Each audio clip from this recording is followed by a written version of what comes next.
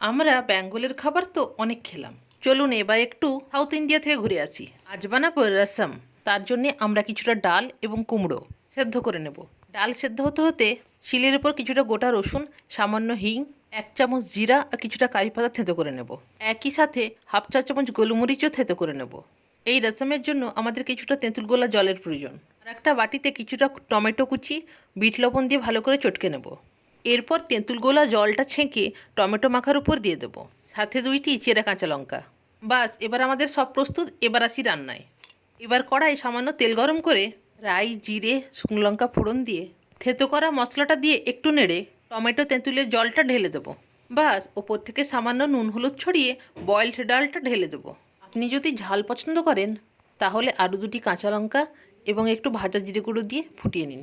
বাস, গরম ভাতে রসম সাথে মাছ ভাজা দিয়ে মুখে দিলাম। ওহ বন্ধু, আর কথা হবে না।